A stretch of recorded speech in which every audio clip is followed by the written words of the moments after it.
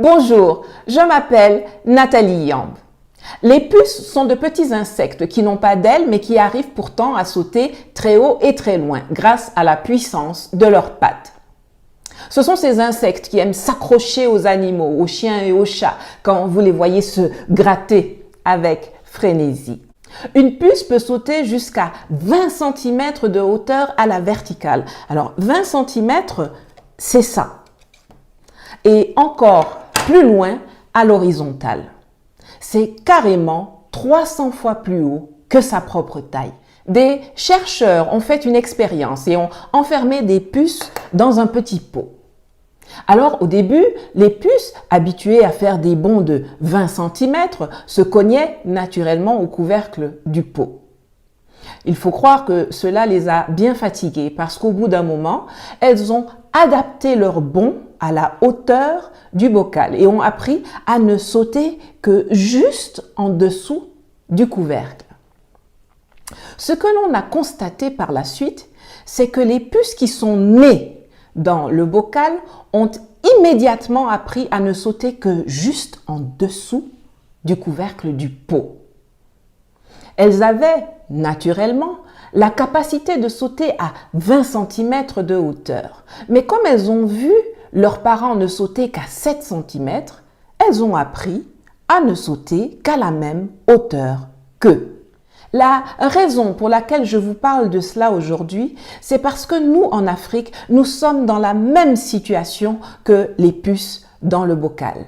Et que cet exemple illustre parfaitement la force et le pouvoir qu'ont l'éducation, la connaissance et la liberté. Depuis des siècles, on nous a enfermés dans un enclos, dans une prison, dans un bocal. Et on nous a appris à ne pas aller plus loin que les barrières de cette prison, de cet enclos, et à ne pas sauter plus haut que le couvercle du bocal, et même à nous arrêter juste en dessous. Et ces limites, nous les transférons à nos enfants, nous les apprenons à notre progéniture, nous en faisons le cadre de leur éducation. Et l'école, dans sa forme actuelle, en Afrique dite francophone, vient cimenter ces limitations.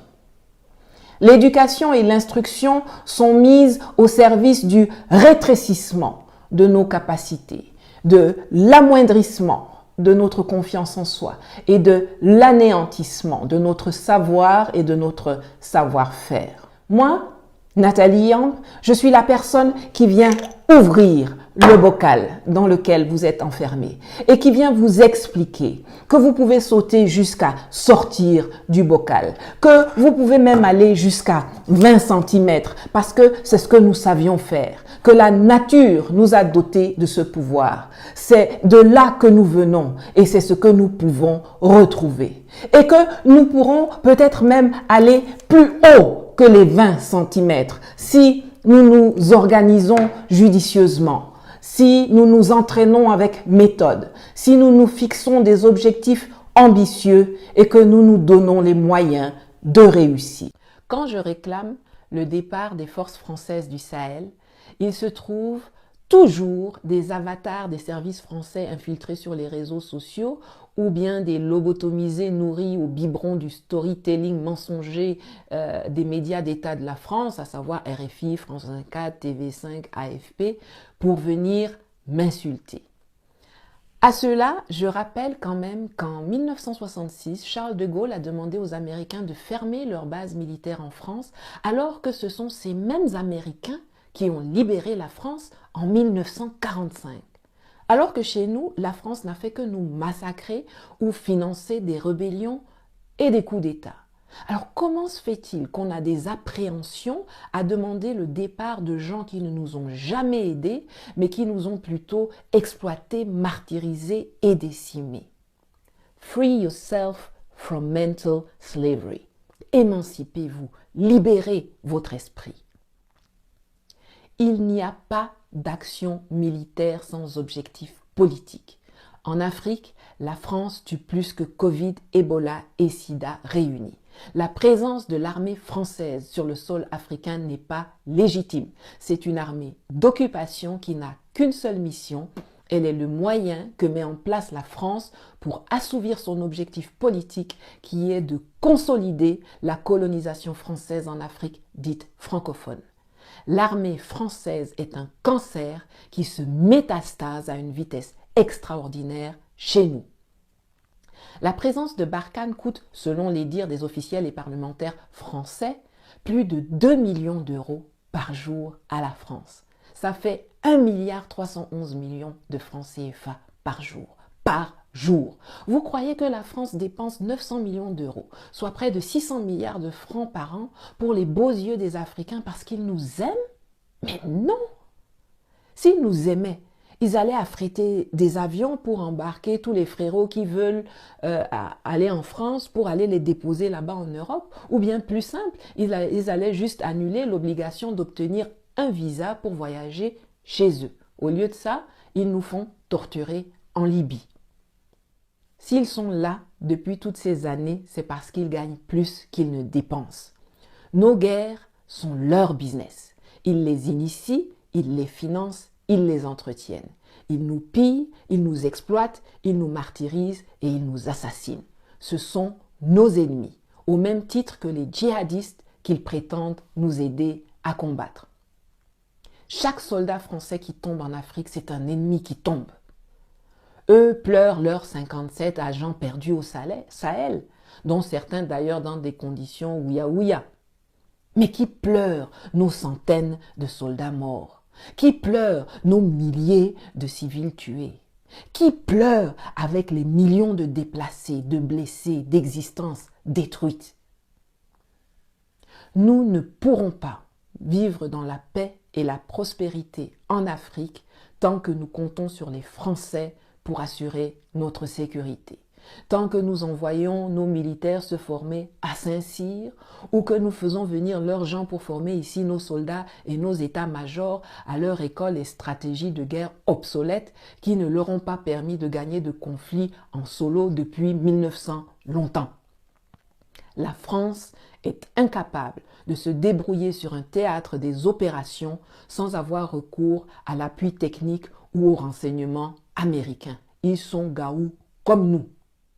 Mais premier gaou n'est pas gaou, c'est deuxième gaou qui est Niata. Ne soyons pas comme les arbres de la fable qu'on me racontait quand j'étais jeune, qui voyaient bien la forêt rétrécir, mais qui continuaient de voter pour la hache parce que son manche était en bois et qu'ils pensaient que c'était l'un d'entre eux. Tout comme la hache là, c'est pas ami de l'arbre. La France et les présidents qu'elle met et maintient à la tête de nos États ne sont pas nos amis. Nous devons les chasser, nous devons les combattre. Le monde est vaste. Allons de façon transitoire chercher les instructeurs de nos soldats ailleurs. Allons les chercher auprès des États ou des sociétés privées, en Chine, en Russie, en Turquie, en Israël, aux USA, à Cuba, en Corée, peu importe, où vous voulez, mais loin de la France et si possible loin de l'Europe tant que cette dernière s'affichera complice des turpitudes françaises en Afrique. C'est une solution temporaire, en attendant d'avoir reformé nos soldats, réinitialisé et actualisé le logiciel de nos militaires, de les avoir équipés de sorte à en faire des armées puissantes et disciplinées, capables non pas de fomenter des coups d'État contre les gouvernements de leur pays, mais de s'unir pour défendre vaillamment et implacablement les frontières de nos espaces communautaires. Je veux encore une fois souligner que le recours à des alliés extérieurs n'est valable que pour une période intérimaire, car ce serait vraiment complètement contre-productif de vouloir sortir des griffes d'un colon pour aller se jeter dans la gueule d'un autre. Ce seront des accords ponctuels, gagnant-gagnant. La solution finale et pérenne ne pourra qu'être endogène, elle ne pourra venir que de nous-mêmes. C'est à partir de ce moment-là qu'on va vraiment pouvoir peser sur la scène mondiale et se faire respecter. Voilà, je m'arrête ici aujourd'hui. Ce genre de prise de parole de ma part augmente la haine de l'État français contre moi et fera sans doute redoubler les tentatives de ses agents pour me faire taire, peut-être à jamais. Mais je n'ai pas peur. Et si j'ai pu éveiller votre conscience, alors, quoi qu'il m'arrive, je sais que la lutte continuera jusqu'à la victoire finale. À bientôt.